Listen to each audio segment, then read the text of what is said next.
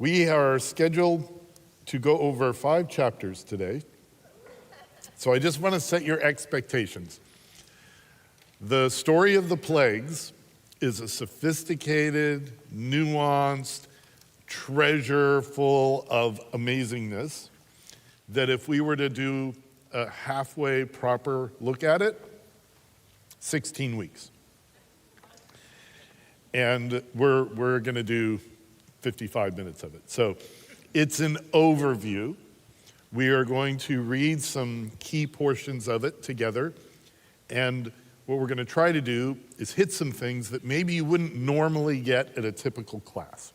That's going to be our goal. This is also the approach we're going to take when we get to the tabernacle, which is, a 32-week study, right? And we're going to do it mostly in one night.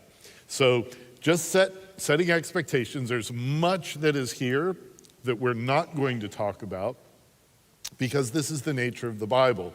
If we could exhaustively talk about everything in a passage, it would take a lifetime, really. So just sit back, take a deep breath. It will seem a little bit like a fact fire hose, but you'll be getting the link online so you can go back and listen to things. And how many of you before this class have heard of the 10 plagues that came upon Egypt? Just about everybody. So have you ever wondered why 10? Can you think of anything else in the Bible, maybe even in this book, that there's 10 of? It's 10 commandments. I wonder if these 10, what we call in English, plagues, and the 10 words, or the 10 commands on Sinai are somehow thematically related. And this one's a little tougher. What's the first time in the Bible ever that there are 10 words from God? It's in Genesis chapter 1. There are exactly 10 "and God says." That's not accidental. It's an intentional strategy by the biblical authors who are inspired by the Holy Spirit. That's a biblical claim. But it's an intentional literary strategy to connect the 10 words that happen in the course of the 7 days. There's 7 days, but there's 10 "and God says."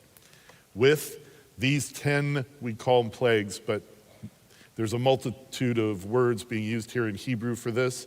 The most common is strike or blow, and the 10 words or commands of Mount Sinai.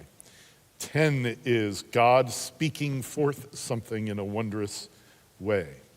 So in this section here, these 10 plagues are 10 strikes.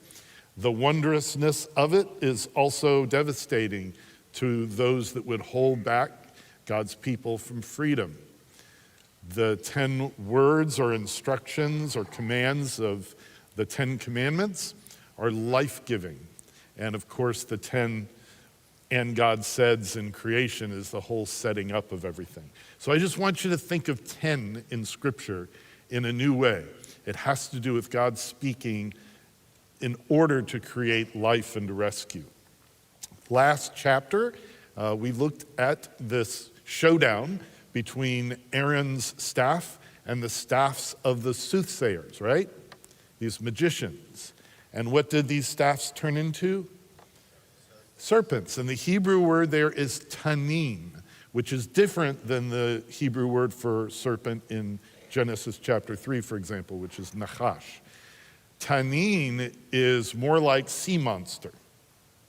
More like sea monster. And this is the word that's used most often with these staffs turning into these serpentine creatures. It's chaos creature, which we first see in Genesis 1 when God creates the fish and the sea. Oh, and also the great sea monsters. God just created those.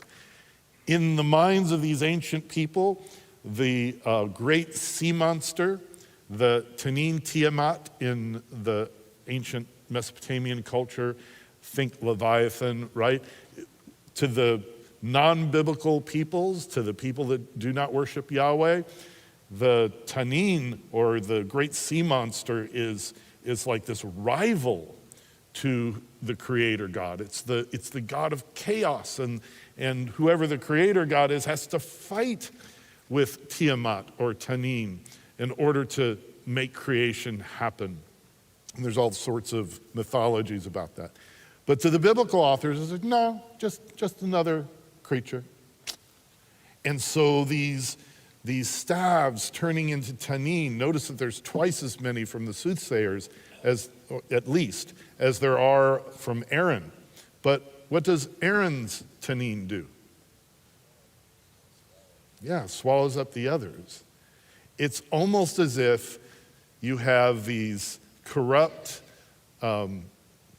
people who are trying to do their magical will with spiritual beings that are not aligned with Yahweh, calling forth the powers of chaos to imitate and do what they do best.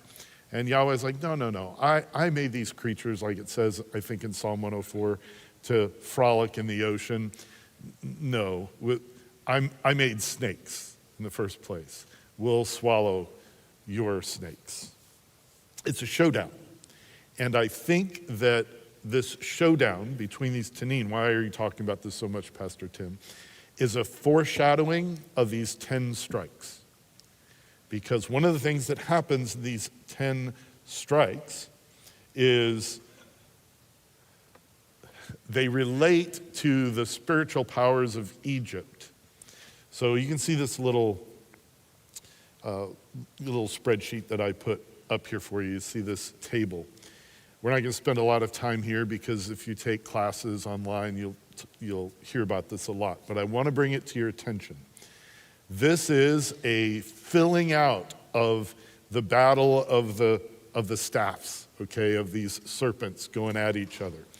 And there are thousands of Egyptian gods. I think the latest count was that in ancient Egypt there were over 2,000 gods. 9 primary ones that they worship, but thousands of gods. And here we have gods that are being dealt with. There is the water bearer god, Hapi, but also the Nile River itself was seen as a god. And what does the first strike do? The first strike kind of tames the Nile. The second strike is a strike of frogs, and there is a Egyptian frog-headed fertility goddess. Well, this is like, no, your Tanin is a pale imitation of what Yahweh the Creator can actually do. The plague of gnats or lice coming from the dust is, I think, a call out to Geb, who is the god of the dust of the earth. Flies, we have that strike of flies. Well, there is an Egyptian god, Khipri, who is god of creation, one of the gods of creation, with the head of a fly. You see how all of these kind of match, these gods that are, or goddesses that are associated with these things. This is to show, I think, that this is not just physical, natural occurrences happening to force Pharaoh's hand. That's one aspect of it. But there's a cosmic battle going on here as well. What Pharaoh said last week, if you recall, is, who is this Yahweh? I don't know this Yahweh of yours. The idea behind that is, I've got these powerful gods and I haven't heard of yours. So Yahweh takes these powerful so-called gods on. And who comes out on top, of course. Okay, chapter 7. So we're going to focus on the highlighted in yellow sections.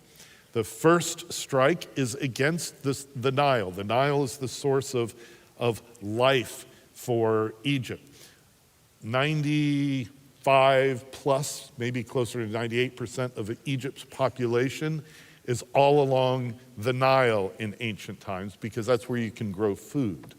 So it's that little strip of land along, the great Nile River that floods over its banks and creates this fertile soil that is the source of power and wealth and excess food so that you can grow as a nation for this greatest empire in the world at this time.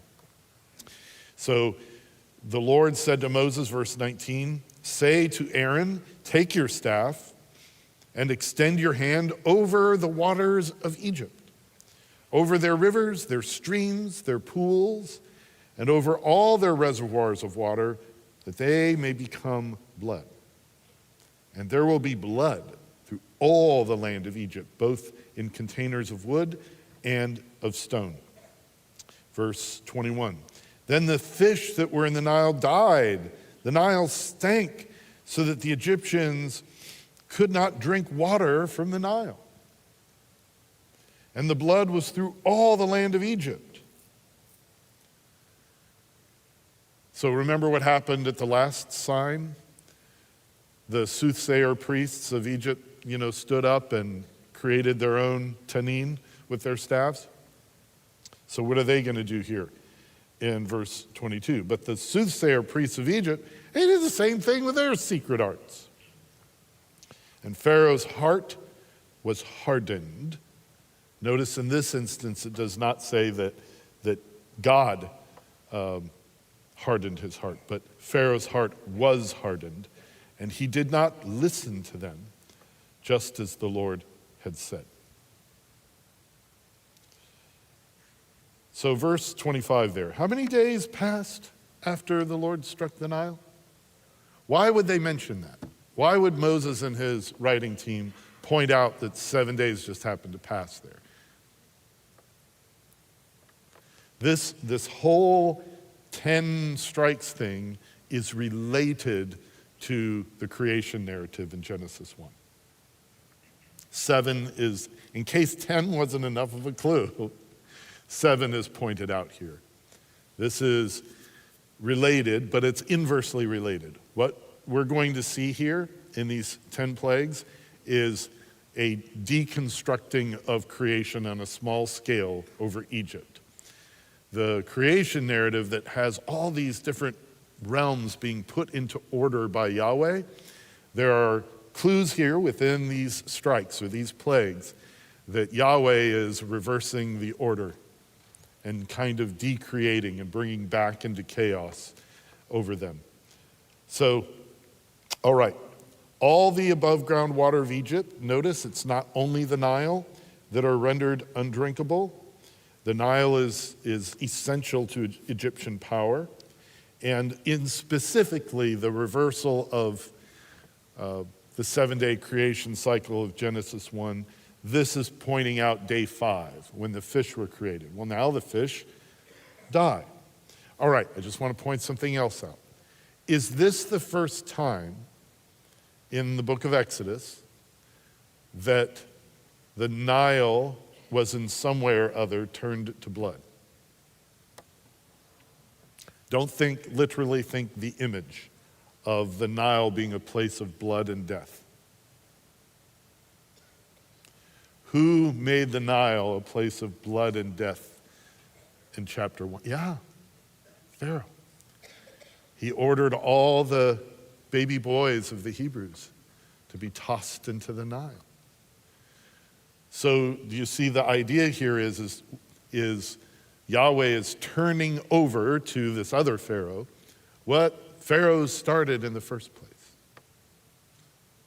And I think it's kind of funny how the soothsayer priests stand up and say, oh yeah? Well, Moses and Aaron and their God can turn all the rivers of Egypt, undrinkable, essentially poisoned. We can do the same thing. We can destroy all our rivers too. And notice this is the last time they stand up to imitate. It's almost as if Pharaoh's like, you're just making the problem worse. It's not in the text, but I just find it amusing. It's like, yeah, we can destroy all the water too. All right, chapter 8, let's look at verse 6. So this is, let's look at verse 1. So Lord said to Moses, go to Pharaoh, say, this is what the Lord says, let my people go that they may serve me. But if you refuse to let them go, So what is Yahweh? Notice what's implicit in this statement.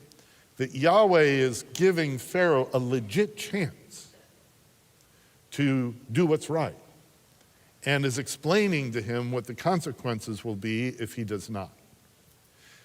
So there's something with this Yahweh saying that he's going to harden Pharaoh's heart that we're not understanding the same way that the biblical authors understand it. We're going to get to that more in a minute.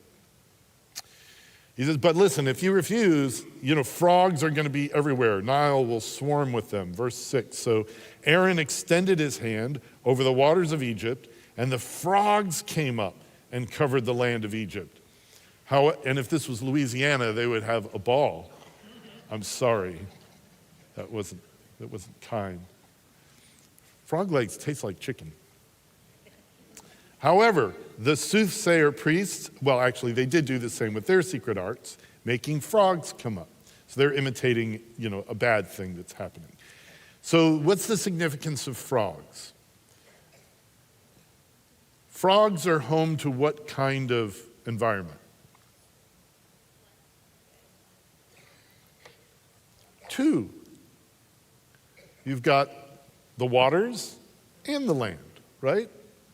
They're amphibians. They're just as at home in water as they are on the land. So it's a blurring of this distinction between the ordered, safe land and the waters. What happened on day 3 of creation? The land emerges from the waters so that you have a distinction. There's a border now so that the sea can only come so far, and the land is a place where humans can start to farm and do all that stuff. It's a place of ordered creation. And the 3 days, and on the third day is a powerful image of new creation. And now these creatures are blurring that distinction because they live in both places. So this is imagistically, it's an image of an undoing of day 3 of creation, I think.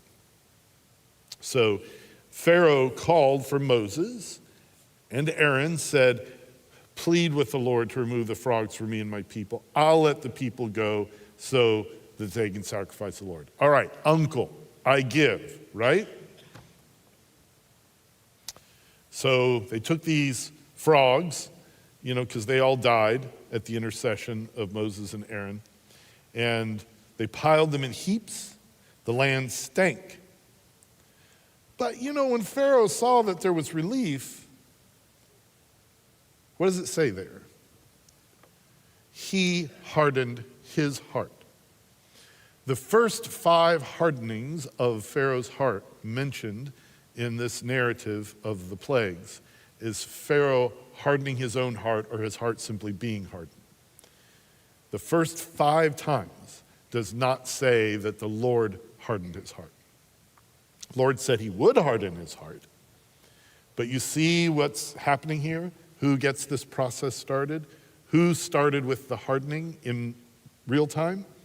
It's Pharaoh. It's Pharaoh. Yahweh predicting ahead of time that, I'm going to harden his heart, is already in a foreshadowing response to Pharaoh's heart being hardened. We'll talk more about that. So Pharaoh says, Moses, could you pray for me? The pagan priests were able to bring out the frogs. They weren't able to stop the frogs. And Yahweh responded to Moses' intercession that Pharaoh asked him to intercede, even though Pharaoh didn't have this solid promise to let the people go. He said, I will, but it wasn't a straight up plan. The stink of the piled up frogs, notice that they're set on comparison to whatever is happening in Pharaoh's heart. The frogs pile up and stink, and Pharaoh hardens his heart. So he's got a stinky heart. A stinky heart. Okay, next plague is gnats, and we'll look at our bullet point there where gnats or lice from the dust of the earth. Remember what happens in the creation narrative in chapter 2 of Genesis is humans are created from the dust of the earth. But now it's not humans coming up from the dust of the earth, it's lice. So all of the dust on all the earth is what is actually said here in Hebrew. What is the reader supposed to think? Is the reader supposed to think that every speck of dust anywhere on the planet Earth is turned into lice? The authors of the book of Exodus are good writers. And one thing that good writers of narrative do throughout human history is they make use of literary techniques. One of those literary techniques is hyperbole. Not only is it what good writers do, it's just what we all do in everyday conversation. We use hyperbole all the time. Did you see what I just did there? All the time, Pastor Tim? We don't use hyperbole all the time. There would be no accounting that made sense if we used it all the time. But you got my point when I said we use hyperbole all the time. It means we use it a lot. That's what's going on when the biblical authors say all the dust of all the earth was turned to lice. We just need to read it like it was intended to be read. So what happens here, actually if you back up to verse 18, soothsayer priests, they tried with their secret arts to produce gnats, just like they couldn't stop the frogs. They can't even produce gnats now, or lice. So there were lice or gnats on every person and animal. And listen to what the soothsayer priests say. I find this interesting. They said to Pharaoh, "This is the finger of God."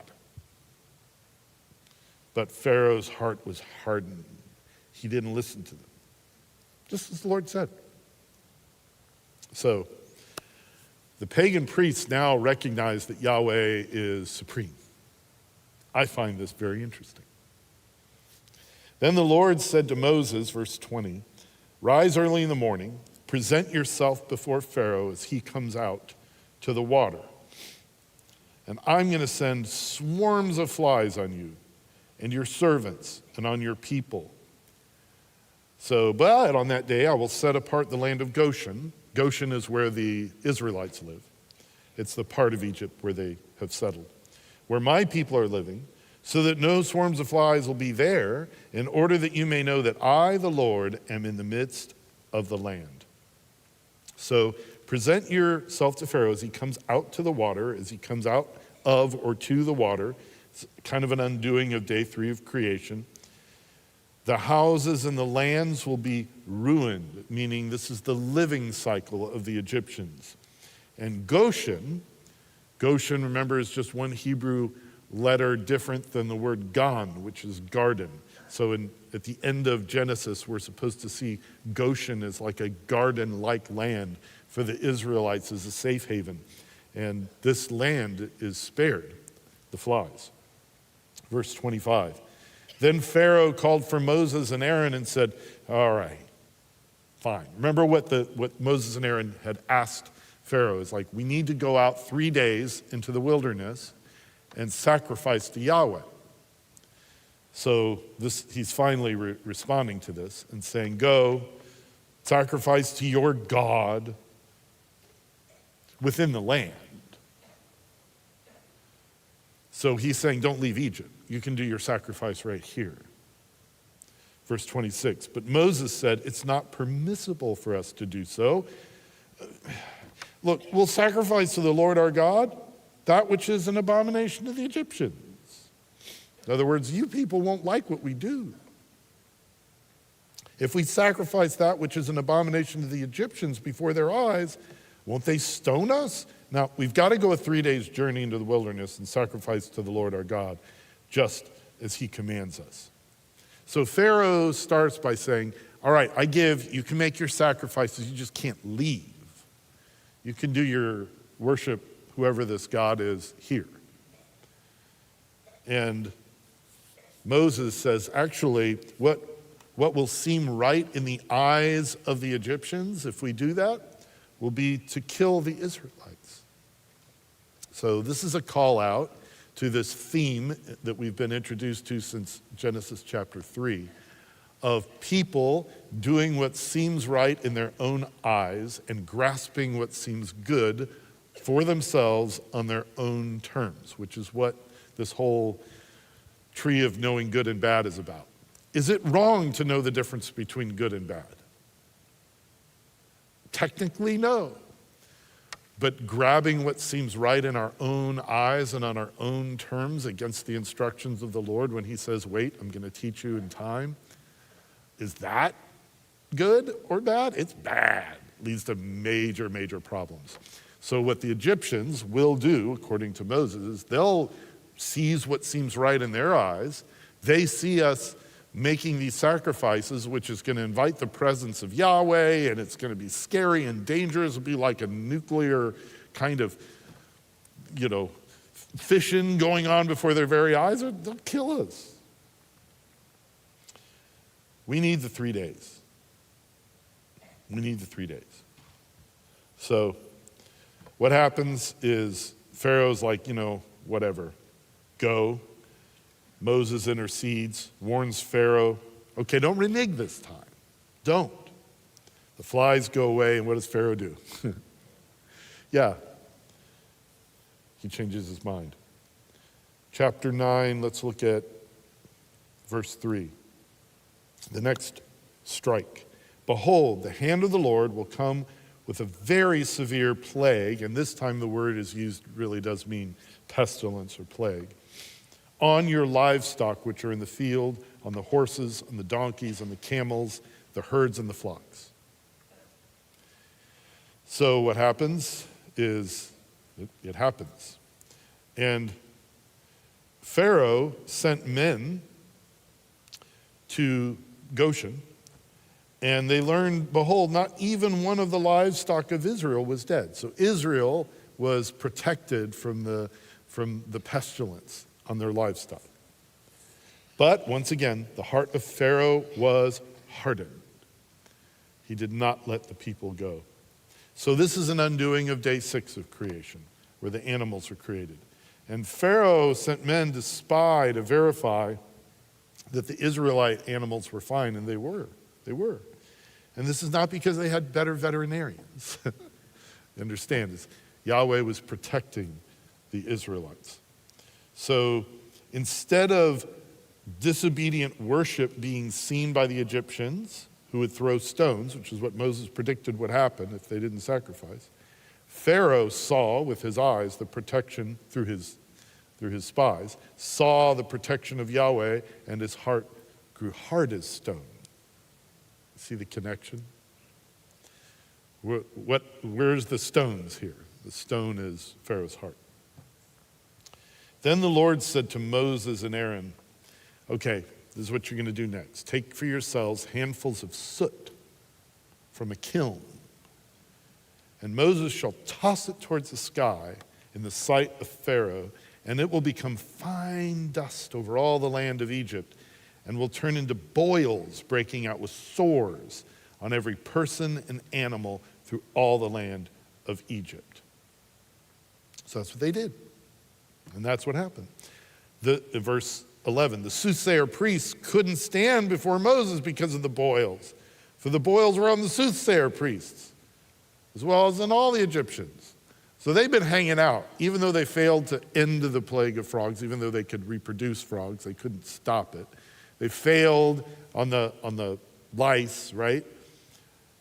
But they're still hanging around. Now they can't even stand in the presence of Moses and Aaron. But the Lord, now this is when it first says, the Lord in this narrative hardened Pharaoh's heart, and he did not listen to them, just as the Lord had spoken to Moses. So what's the significance of kilns? Where do you make bricks? Remember, the oppression of the Israelites was represented by their having to make these bricks.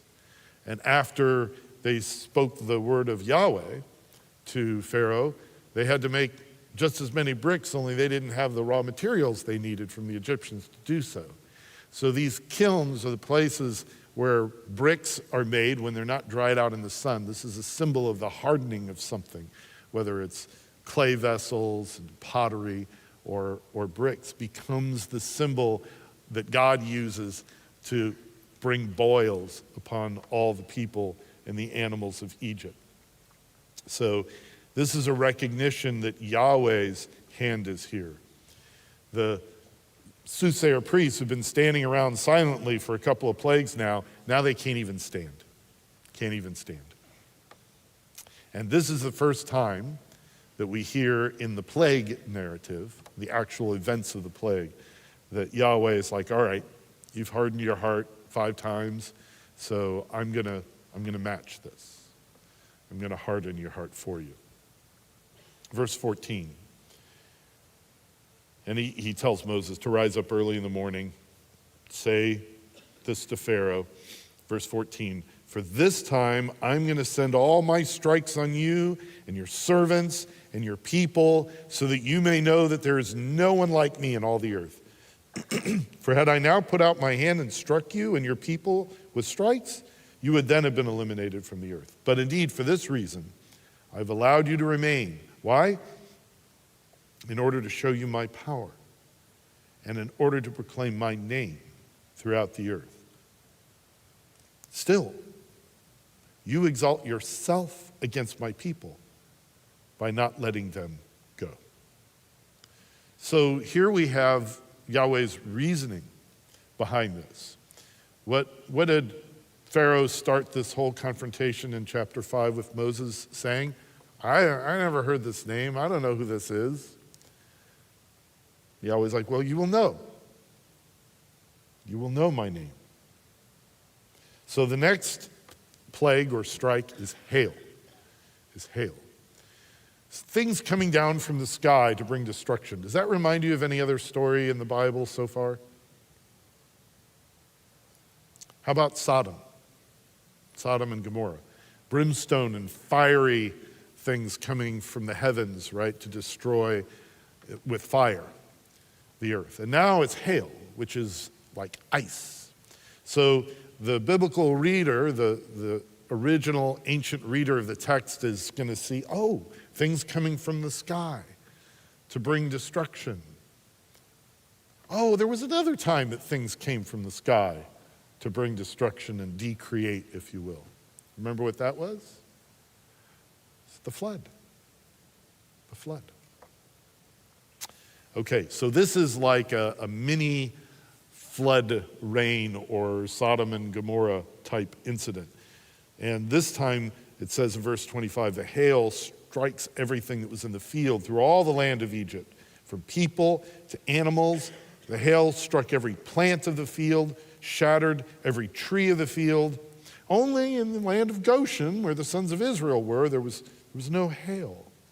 And then Pharaoh sent for Moses and Aaron, said to them, this is big, what he says.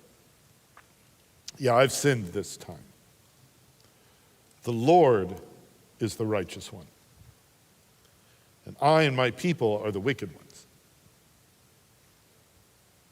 Plead with the Lord. There's been enough of God's thunder and hail. I'll let you go. You'll stay no longer. They pled with the Lord. The hail stopped. Verse 34, but when Pharaoh saw that the rain and the hail and the thunder had stopped, he sinned again and hardened his heart, he and his servants. Okay.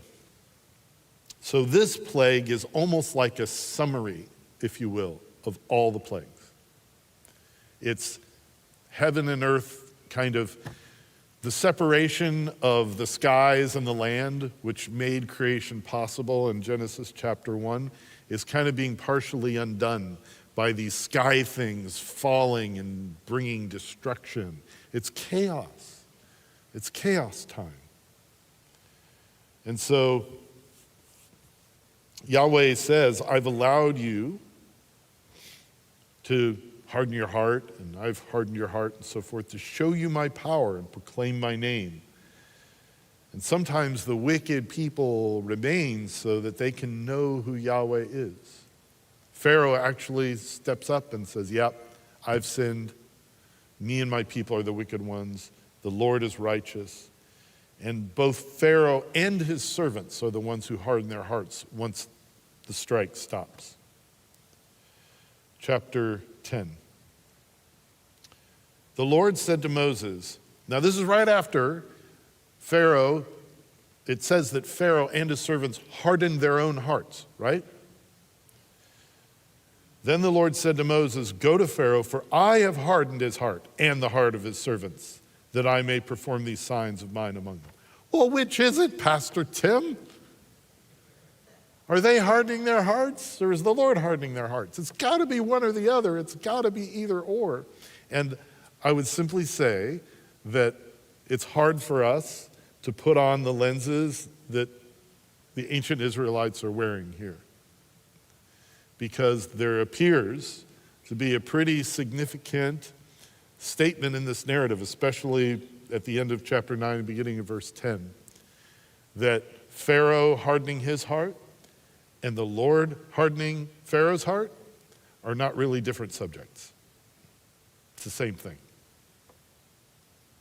Two ways of saying the very same thing. This is very awkward for us. We don't want it to be the same thing.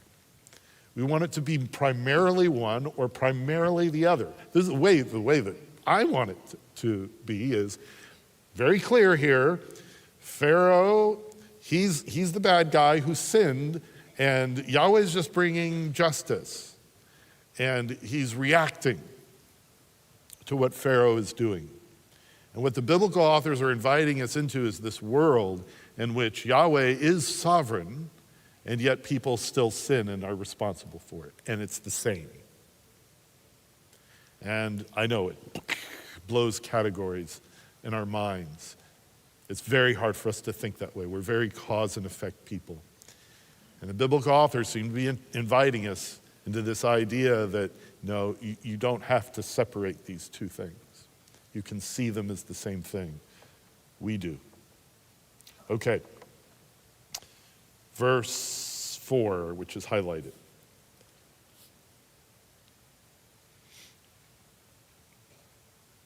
If you refuse to let my people go, look, tomorrow I'm going to bring locusts into your territory. And they'll cover the surface of the land. You won't even be able to see the land. And they'll eat the rest of what has survived, what's left from the hail. And they'll eat every tree of yours which grows in the field. Verse 7. Remember the soothsayers? They're out. Now the servants they speak up to Pharaoh. Can you imagine? Pharaoh's like this, sets himself up as this divinity. Servants aren't allowed to speak to him, not unless they're answering a question, but they speak up. You know, how long will this man be a snare to us? Let the people go so that they can serve the Lord their God. Do you realize that Egypt's destroyed? So Moses and Aaron were brought back to Pharaoh, and he said to them, all right, go, serve the Lord your God. Who specifically are the ones who are going? And Moses said, well, we'll go with our young and our old, our sons and daughters, flocks and herds will go, because we've got to hold a feast to the Lord. And then Pharaoh, said to them, oh, so may the Lord be with you when I let you and your little ones go. Watch out. Evil's on your mind. Not so. Go, just the men. Serve the Lord, since that's what you desire. So they were driven from Pharaoh's presence. So what's he saying? He's saying, you can go, but you got to leave the wives and kids behind. This is a hostage situation. Because then I know you'll come back and continue to serve me. Verse 16, well, so what happens is that the locusts do come, just like the Lord promised. And they cover the land, eat what's left. Pharaoh hurriedly called for Moses and Aaron, verse 16, and he said, all right, I've sinned against the Lord your God and against you, so please forgive my sin just once. And plead with the Lord your God that he would only remove this death from me. Then Moses left Pharaoh and pleaded with the Lord. So what brought the locusts in was an east wind. You write this down as like code language in your Bible. When east means exile. exile, destruction. And this image is clear in the minds of the ancient Israelite readers, especially after they'd been carried off into Babylon, which is to the east. And that's where they spent 70 years in exile. So these scriptures became very, very important to the people that became known as Jews while they were there. But ancient Israelites in Babylon became very important. So the image of east is an image of going into exile, which is why, where were Adam and Eve sent when they were kicked out of the garden? To the east. To the east, right? East is exile. So the east wind brings these locusts in. So now the Lord's like, all right, we're going to spare the Egyptians, and sends a west wind. And west is an image, usually, it gets kind of turned upside down in the book of Jonah, but usually it's an image of promise and blessing.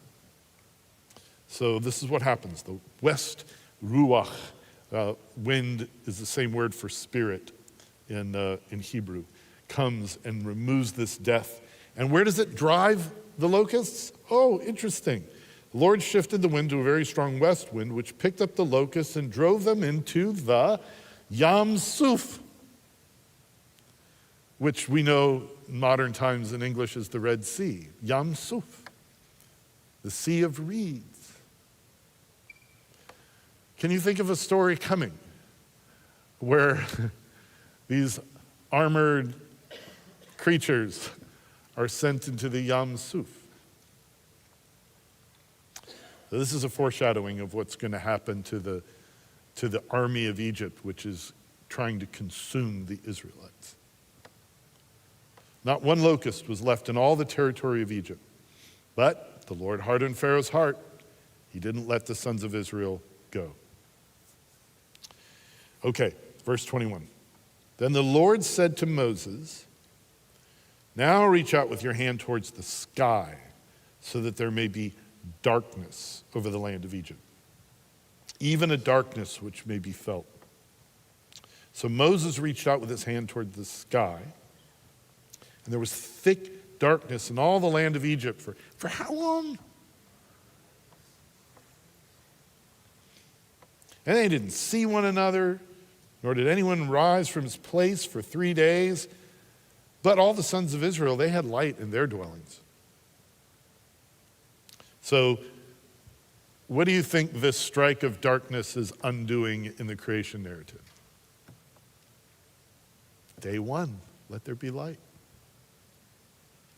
It's a reversal of creation. So these 10 strikes, obviously they're not permanent reversals of, cosmic creation.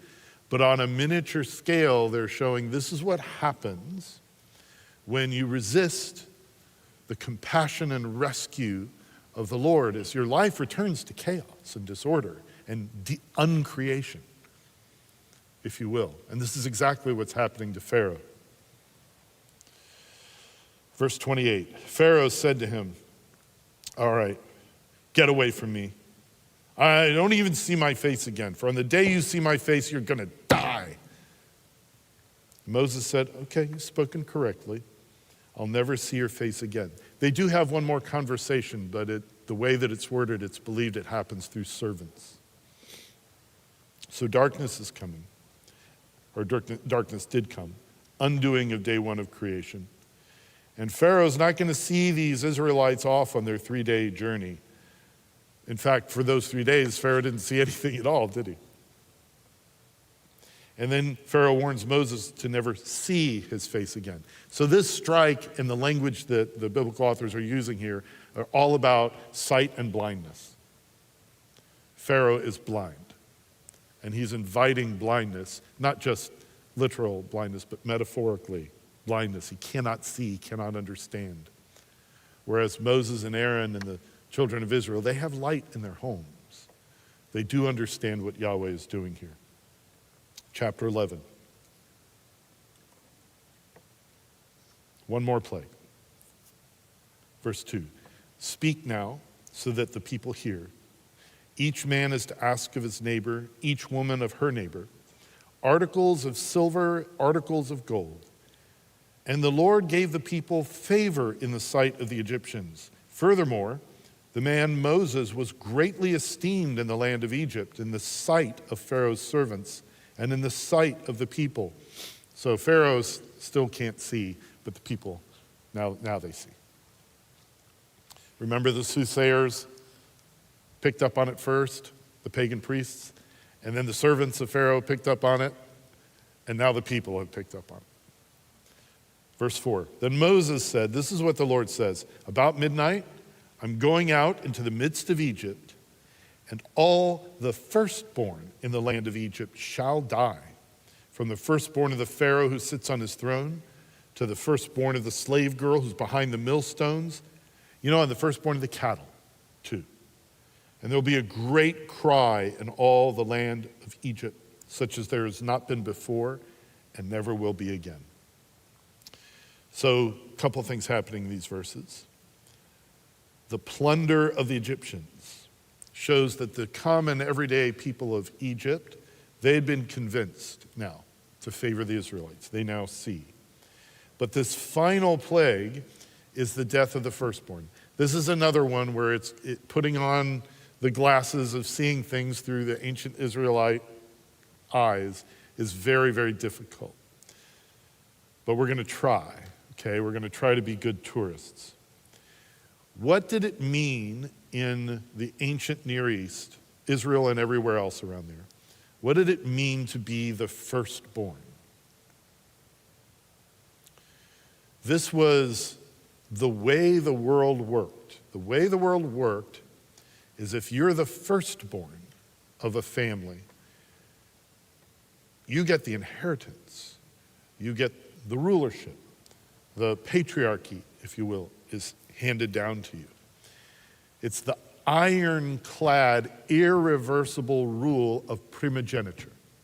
First one gets it all, or nearly all. It's just how the world works. It's a function of you being first in time. It's a function of spending a little more time working the household. But this is the way that things are supposed to work in the ancient world. And what does Yahweh do starting from Genesis chapter 4? He upends the order again and again, repeatedly. The one that Yahweh calls out to carry forward his purpose, which is to be blessed, but also to be a blessing to the families of the earth eventually, almost every single time is not the firstborn. Not the firstborn. It's weird to an ancient Israelite reading this. They're like, what is Yahweh doing? This doesn't make any sense. Judah himself is like the fourthborn. This is crazy. Yahweh brings salvation to the entire family of Israel through Joseph, who's like the next to the lastborn. Well, here, the idea behind this, I know we're thinking of families and individuals and so forth, but let's think of the theme. The theme is this whole order of the first is the first and the last is the last is getting messed with, where the last becomes first and the first becomes last.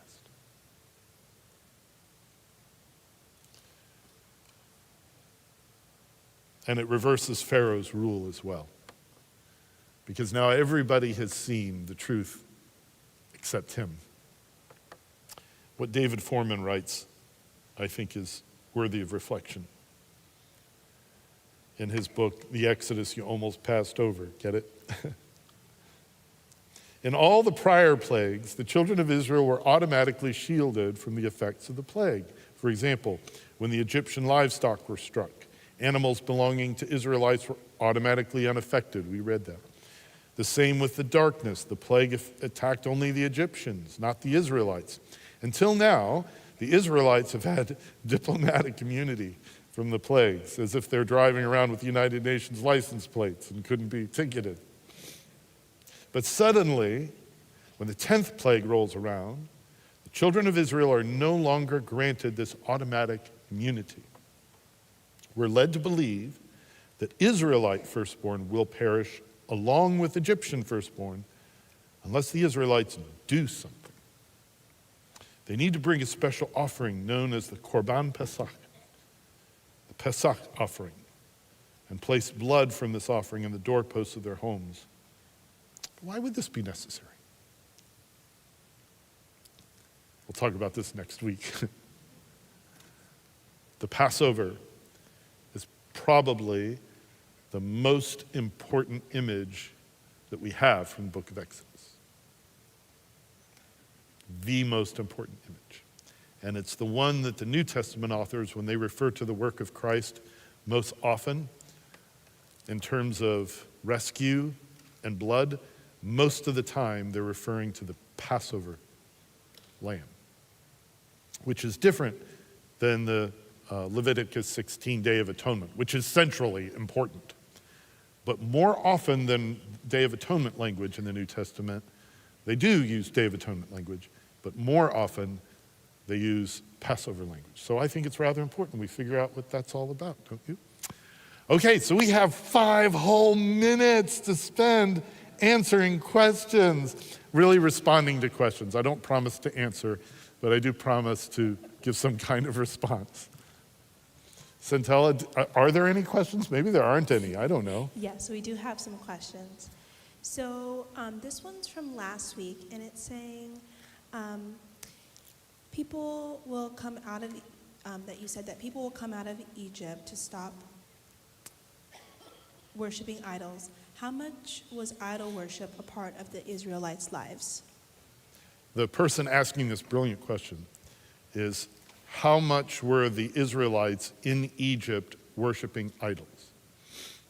The text is not explicit with telling us what percentage of the time they were worshiping idols versus what percentage of the time they were worshiping Yahweh. I think if you watch 10 Commandments with Charlton Heston, the idea is, well, of course they're worshiping Yahweh only. However, we have significant clues in the text itself that that was not the case. One of them being, do you remember when Rachel left Laban's house, kind of escaped with Jacob? Remember what she stole? Idols. There's a later reflection in the prophets that Abraham came from an idol-making family. We have an incident coming up, which we'll spend some time on in this class, the golden calf incident, where the Israelites are like, okay, let's go back to what we know here. So we have significant clues that the Israelites in Egypt were not being faithful worshipers to Yahweh alone. Which raises an interesting question. If the Israelites were, to at least some extent, already worshiping some idols, maybe mixed in with their Yahweh worship, which is mostly what Israel did through its history until the Babylonian exile. If that was the case, why would Yahweh want to rescue them?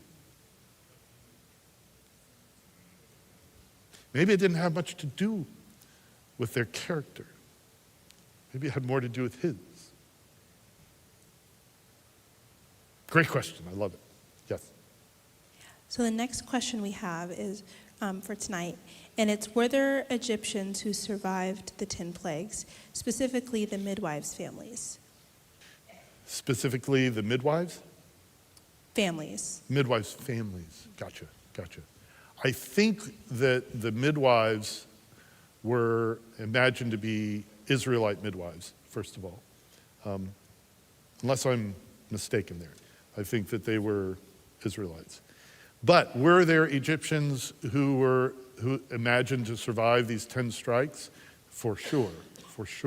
In fact, I don't want to give this away, but next week you're going to hear a little something that might shock you about some of these surviving Egyptians. It's not expected. But yes, there were survivors. Then another question we have is, where did the magicians get their power from to match Moses? Yeah, it's like, they're just tricksters, right? Where are they getting, I think, was it Prince of Egypt, that cartoon movie? Did anybody see that? When they were just messing around and they had like powders that they turned, the water to blood. But the assumption seems to be in the biblical text is, they're tapped into the spirit world. Yeah, they're tapped in. They've got their, alignments with certain spiritual beings that can make things happen. Sure, everybody knows that. It just can't compare to Yahweh. Yahweh is the one who's really in charge. They may think that they can match Yahweh. It's just not the case. That does seem to be what the biblical authors are, the idea that they're promoting. They're not denying that there's false powers that exist in the spiritual realm that mess around and do their thing that, seems like it's, wow, that's amazing. They're not denying that at all. What they're saying is that these are small potatoes compared to Yahweh. It's not an equal battle, but it's also not, tricks and illusions versus the reality. It's just that in comparison with Yahweh, it might as well not exist.